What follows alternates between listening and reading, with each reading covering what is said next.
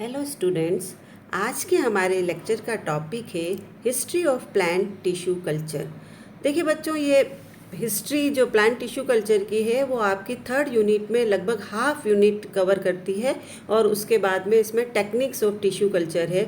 तो हम इसको दो पार्ट में कंप्लीट करेंगे, पार्ट 1 एंड पार्ट 2।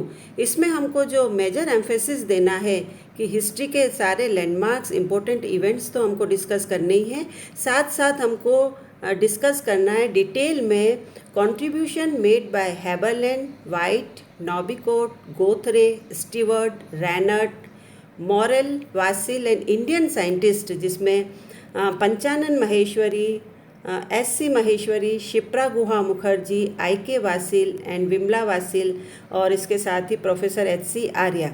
तो इन सब को हम डिटेल में थोड़ा डिस्कस करेंगे और इम्पोर्टेंट इवेंट्स के साथ में डिस्कस करते हुए। तो हमने अपने पिछले लेक्चर में, प्लांट टिश्यू कल्चर के लेक्चर में डेफिनेशन दी थी प्लांट टिश्यू कल्चर की।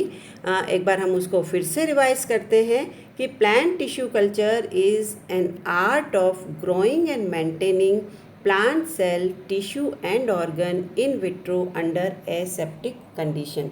मतलब निर्जर्मीकृत परिस्थितियों में, ये परिस्थिति हमने तब भी कहा था बहुत इम्पोर्टेंट है, निर्जर्मीकृत परिस्थितियों में पादप कोशिका, उत्तक या अंग का पात्रे संवर्धन क्या कहलाता है? Plant tissue culture. अब हम इसकी हिस्ट्री के बारे में डिस्कस करें कि प्लांट टिश्यू कल्चर की हिस्ट्री क्या है। सबसे पहले हम देखते हैं कि 1839 में श्लाइडेन एंड स्वान ने सेल थ्योरी दी थी। सेल थ्योरी क्या है कि हम कहते हैं कि cell is the structural and functional unit of life. संरचनात्मक और क्रियात्मक इकाई है जीवन की, और every cell arises from its pre existing cell. सारी कोशिकाएं अपनी पहले से मौजूद कोशिका से उत्पन्न होती है। फिर 1902 में हैबरलैंड ने सेल टोटीपोटेंसी के आइडिया को कंसेप्चुअलाइज किया। मतलब श्लाइडेन एंड स्वान ने कहा था कि एक सिंगल सेल है जिसमें पूरी कैपेसिटी हो सकती है कि प्लांट बने, मगर वो उसको किसी भी तरीके से जस्टिफाई नहीं कर सकते थे। फिर 1839 के बाद थे 1902 में, 1902 में गॉटलिब हैबरलैंड ने इस आइडिया को कंसेप्चुअलाइज किया और उन्होंने बताया सेल टोटीपोटेंसी प्लांट्स में। हालांकि उसको ये भी प्रूव नहीं कर सकते, सेल टोटीपोटेंसी तो प्रूव हुई है थे 1965 में, मगर इन्होंने ये आइडिया बहुत अच्छी तरह से दिया था और इस वजह से इनको father of plant tissue culture कहा जाता है। तो टोटीपोटेंसी हमने कहा था कि टोटल पोटेंशियल, मतलब cell has a potential to give rise to a complete plant. तो हैबरलैंड ने अपने एक्सपेरिमेंट में क्या किया, उन्होंने नॉप्स का सॉल्ट सॉल्यूशन लिया और फिर उसमें सुक्रोज, एस्पार्जिन और पेप्टोन्स आदि मिलाए, और फिर क्या क्या इन्होंने जो प्लांट मटेरियल लिया था वो था लेमिनेरियम, आइकोर्निया, ऑर्निथोगेलम और पल्मोनेरिया। तो इन प्लांट मटेरियल्स के इन्होंने पैलिसेड टिश्यूज़ और एपिडर्मल, लीव्स के पैलिसेड और एपिडर्मल टिश्यूज़ लिए थे, और एक्सपेरिमेंट के दौरान यह देखा कि इनमें साइज़ में तो इंक्रीज़ हो जाता है जब उसको न्यूट्रिएंट मीडियम पर कल्चर कराते हैं तो, मगर वहाँ किसी भी तरह का कोई सेल डिवीज़न नहीं हुआ था। अब इसकी वजह से यहाँ इनका फेल्योर रहा। उसके दो महत्वपूर्ण कारण थे। एक तो इन्होंने जो टिश्यूज़ लिए कल्चर कराने के लिए, वो लिए हैं डिफ्रेंशिएटेड टिश्यूज़, जबकि मेरिस्टेमेटिक टिश्यू में कल्चर की कैपेसिटी अधिक और अच्छी होती है। और दूसरा कि उस समय तक प्लांट ग्रोथ रेगुलेटर्स की डिस्कवरी नहीं हुई थी। हम जानते हैं कि IAA या ऑक्सिन भी 1928 में डिस्कवर हुआ और 1950 में काइनेटिन की डिस्कवरी हुई थी।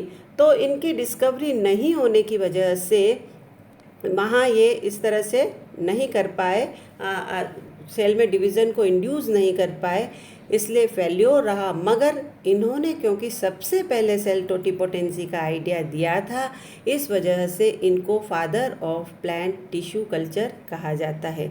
उसके बाद 1922 में रॉबिन्स एंड कॉटे ने ऑर्गन कल्चर को डिमॉन्स्ट्रेट किया। ऑर्गन के रूप में हमने कहा था कुछ भी ले सकते हैं हम, रूट, स्टेम, लीफ। यहाँ पर इन्होंने रूट का कल्चर किया और बताया कि रूट का कल्चर या ऑर्गन का कल्चर हो सकता है। इनको थोड़ी सी सक्सेस मिली इसलिए कि इन्होंने मेरिस्टेमेटिक टिश्यूज़ लिए एक्सप्लांट के, और एक्सप्लांट में इन्होंने पीस और मेज के रूट अपेक्स काम में लिए थे। तो उन मेरिस्टेमेटिक टिश्यू में क्योंकि डिवीज़न की कैपेसिटी होती है तो वो उसको ग्रो कराने में सक्सेसफुल रहे। रॉबिन्स एंड कोटे 1922। देन 1928 में F.W. वेंट ने IAA इंडोल एसिटिक एसिड एक ऑक्सीन की डिस्कवरी की, और इस ऑक्सीन की डिस्कवरी और उसके बाद जब साइटोकाइनिन की डिस्कवरी हुई तो टिश्यू कल्चर एक्सपेरिमेंट में रिवॉल्यूशन आया।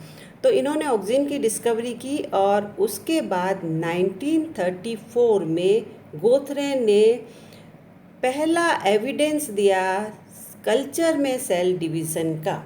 उसके पहले कल्चर में सेल डिवीज़न का कोई सक्सेस रिजल्ट नहीं थे। तो गोथरे ने ट्री स्पीसीज ली जिसमें सेलिक्स और एसर ट्रीज़ लिए, और उनके कैम्बियम टिश्यू को लिक्विड मीडियम पर उन्होंने ग्रो कराने की कोशिश की। कहाँ पर? लिक्विड मीडियम पर। ठीक है। फिर हालांकि इस समय उनको फेल्योर हुआ। बाद में उन्होंने सेमी सॉलिड मीडियम लिया। सेमी सॉलिड मीडियम में क्या लिया? हमने पिछली बार देखा था अगर से मीडियम को सेमी सॉलिड बनाया, और फिर उसमें उन्होंने क्या रखा? कैम्बियम टिश्यूज़ रखे, सेलिक्स और एसर के लीव्स के। और फिर इन्होंने क्या किया है, उसको रख कर और अलमारी में रख कर 2 महीने के लिए भूल गए। जब 2 महीने के बाद उन्होंने अलमीरा खोली तो देखा कि वहाँ पर तो कैलस डेवलप हो गया, टिश्यूज़ के ऊपर कैलसिंग हो गई है। जो पेरेन्काइमेटस सेल्स जो एक्सपोज जो डिवाइडिंग सेल्स थे उनमें फास्ट मल्टीप्लिकेशन हुआ है, रैपिड डिवीज़न हुआ है और कैलस फॉर्म हुआ है। और ये था पहला एविडेंस, फर्स्ट एविडेंस प्रमाण के साथ में कि कल्चर में सेल डिवीज़न होता है। गोथरे ने 1934 में बताया। कैलस आपको पता है, हमने पहले बताया था कि कैलस क्या है? Mass of unorganised cells. Unorganised cells का मास है, समूह है, और वो कैलस कहलाता है। देन इससे हम आगे चलते हैं। वाइट एंड नॉबेकोट 1939 में वाइट और नॉबेकोट ने possibility of cultivating plant tissues for unlimited periods. इन्होंने बताया कि प्लांट टिश्यूज़ को हम असीमित काल के लिए कल्टीवेट कर सकते हैं, कल्चर कर सकते हैं, संवर्धित कर सकते हैं। और इन्होंने टोमेटो की रूट सेल्स ली। वाइट ने टोमेटो की रूट सेल्स को यूज़ किया, नॉबिकोट ने कैरेट यूज़ किया था। और वाइट और नॉबिकोट ने भी साथ में एक्सपेरिमेंट करके कैरेट सेल्स को यूज़ किया था। तो वाइट ने टोमेटो रूट सेल्स जब यूज़ की तो उसमें नॉप्स का salt solution plus sucrose plus east का एक्सट्रैक्ट डाला। इन्होंने क्या डाला? सुक्रोज डाला है और ईस्ट एक्सट्रैक्ट भी यहाँ पर यूज़ किया। ईस्ट एक्सट्रैक्ट जो कि किसी तरह से डिवीज़न की कैपेसिटी रखता है, ये बाद में आइडेंटिफाई हुआ है। तो सुक्रोज प्लस ईस्ट प्लस नॉप्स के सॉल्ट लिए इन्होंने, NOP नॉप्स के। यहाँ इन्होंने देखा कि प्लांट टिश्यूज़ को अगर इस तरह के मीडियम पे रखा जाता है, जैसे कि इन्होंने रूट की सेल्स ली थी, तो उसको अनलिमिटेड पीरियड के लिए कल्टीवेट किया जा सकता है। वाइट ने बाद में रूट कल्चर के लिए एक मीडियम उसका कॉन्स्टिट्यूएंट दिया और वो कहलाता है वाइट्स मीडियम। इसको टिश्यू कल्चर एक्सपेरिमेंट्स में कई बार काम में लिया जाता है। वाइट्स मीडियम जो कि रूट कल्चर मीडियम दिया था वाइट ने, और ये वाइट मीडियम कहलाता है। नॉबिकोट और वाइट ने साथ में मिलकर, इन दोनों ने, वाइट और नॉबिकोट ने साथ में मिलकर कैरेट कैम्बियम टिश्यू से कैलस का कल्चर किया था। किससे क्या है? इन्होंने कैरेट से कैलस कैम्बियम टिश्यू लिया। देखो इनको सक्सेस इसलिए मिल रही है कि इन्होंने डिवाइडिंग या मेरिस्टेमेटिक सेल्स यूज़ की, तो इनका एक्सप्लांट जो चूज़ किया है उन्होंने वो बिल्कुल सही एक्सप्लांट लिया और इससे थोड़ा थोड़ा सा सक्सेसफुल होते हुए हम आगे की तरफ बढ़ रहे हैं। देन 1941 में वान ओवरबीक ने कल्चर क्या कैरट को मतलब गाजर को मीडियम पर जिसमें कोकोनट मिल्क था। कोकोनट मिल्क हालांकि बहुत सारे साइंटिस्ट यूज़ करते आ रहे हैं, इसके पहले एम्ब्रियो कल्चर में भी यूज़ करते थे, फिर इसको वान ओवरबीक और कैप्लिन स्टीवर्ट ने अच्छी तरह से यूज़ किया और उसका सेल डिवीज़न की में हेल्प है या ये सेल डिवीज़न को स्पीड अप करता है, प्रोग्रेस करता है। ये वान ओवरबीक ने कैरेट को जब मीडियम पे डाला कोकोनट मिल्क के साथ तो वो कल्चर आसानी से हुए। देन 1948 में कैप्लिन एंड स्टीवर्ट इन्होंने कोकोनट मिल्क, जो आप हमें पता है कि कोकोनट मिल्क क्या है, लिक्विड एंडोस्पर्म है, कोकोनट मिल्क को टिश्यू कल्चर में अप्लाई किया और ये देखा कि जो कोकोनट मिल्क है वो कल्चर्ड सेल किसकी, कैरेट की और पोटैटो की कल्चर्ड सेल्स की ग्रोथ के लिए सूटेबल है। तो इन्होंने कहा कि कोकोनट मिल्क से कैलस की ग्रोथ ऑक्सिन के कंपैरिजन में ज़्यादा फास्ट या ज़्यादा अच्छी तरह से होती है। तो इसका मतलब कोकोनट मिल्क में कहीं ना कहीं कोई सेल डिवीज़न की कैपेसिटी है जो बाद में डिस्कवर हुई। फिर हम देखें मॉरेल 1950 में, जी मॉरेल ने ऑब्टेन किया indefinite growth of monocot and fern with coconut milk, वापस से कोकोनट मिल्क का, क्योंकि अभी तक साइटोकाइनिन की डिस्कवरी नहीं हुई है। तो इन्होंने इनडेफिनेट ग्रोथ की है किसकी, मोनोकोट और फर्न की। मोनोकोट में इन्होंने लिया था एमोर्फोफेलस प्लांट और फर्न था ऑस्मंडा। अमोर्फोफोलस और ऑस्मंडा इन दोनों प्लांट के साथ में कोकोनट मिल्क, इन दोनों प्लांट को जब कोकोनट मिल्क एनरिच्ड मीडियम पे डाला तो सेल्स इनडेफिनेट ग्रो करती है, ये उन्होंने आइडेंटिफाई किया। देन मॉरेल एंड मार्टिन ने 1952 में पहली बार वायरस फ्री डहेलिया को प्राप्त किया शूट टिप कल्चर से। हमें ये पता है कि ये जो एक प्लांट है, इस प्लांट में रूट है, स्टेम है, हम हमेशा डायग्राम बनाते हैं, और ये आगे जो स्टेम की टिप है यहाँ से शूट टिप है, शूट आगे बढ़ता है, लीफ की टिप से लीफ आगे बढ़ती है, रूट की टिप से रूट आगे बढ़ती है, क्योंकि इनमें मेरिस्टेमेटिक कैपेसिटी होती है। अब हमें पता है कि वायरस कहाँ ग्रो करता है। वायरस की ग्रोथ होती है, सिस्टमेटिक ग्रोथ होती है, वेस्कुलर टिश्यू में ग्रो करता है। इसलिए हम कहते हैं कि रूट से लेकर अप टू द स्टेम का एपिकल पार्ट है, फ्लावर है, सब तक वायरस पहुंच सकता है। तो जो एपिकल टिप है, क्या पार्ट है इसका, शूट टिप, शूट का टिप है, एपिकल मेरिस्टेम वहाँ पर है, एपिकल मेरिस्टेम हम उसको कहते हैं। मेरिस्टेम में मेरिस्टेमेटिक एक्टिविटी होती है और ये मेरिस्टेम बहुत फास्ट ग्रो करता है। तो मेरिस्टेम में वेस्कुलर टिश्यू नहीं होता है, मेरिस्टेम में वेस्कुलर टिश्यू नहीं होता है। एपिकल मेरिस्टेम की ग्रोथ बहुत फास्ट होती है और यहाँ पर वायरस उस ग्रोथ के साथ में मल्टीप्लाई नहीं कर सकता है।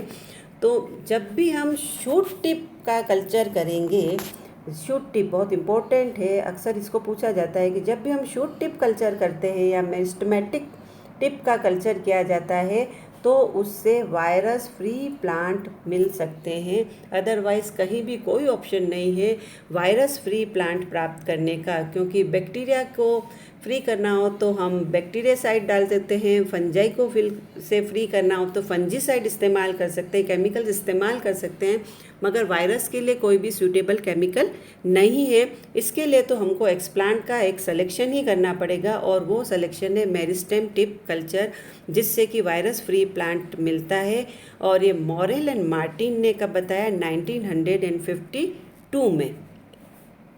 देन तुलेक ने haploid callus from pollen grains of गिंगो biloba. गिंगो biloba क्या है, गिंगो बाइलोबा एक जिम्नोस्पर्म है, इसका मतलब हम जिम्नोस्पर्म में भी आ चुके हैं। तो गिंगो बाइलोबा जिम्नोस्पर्म है, इस जिम्नोस्पर्म में उन्होंने पोलन ग्रेन से हैप्लॉइड कैलस मिला।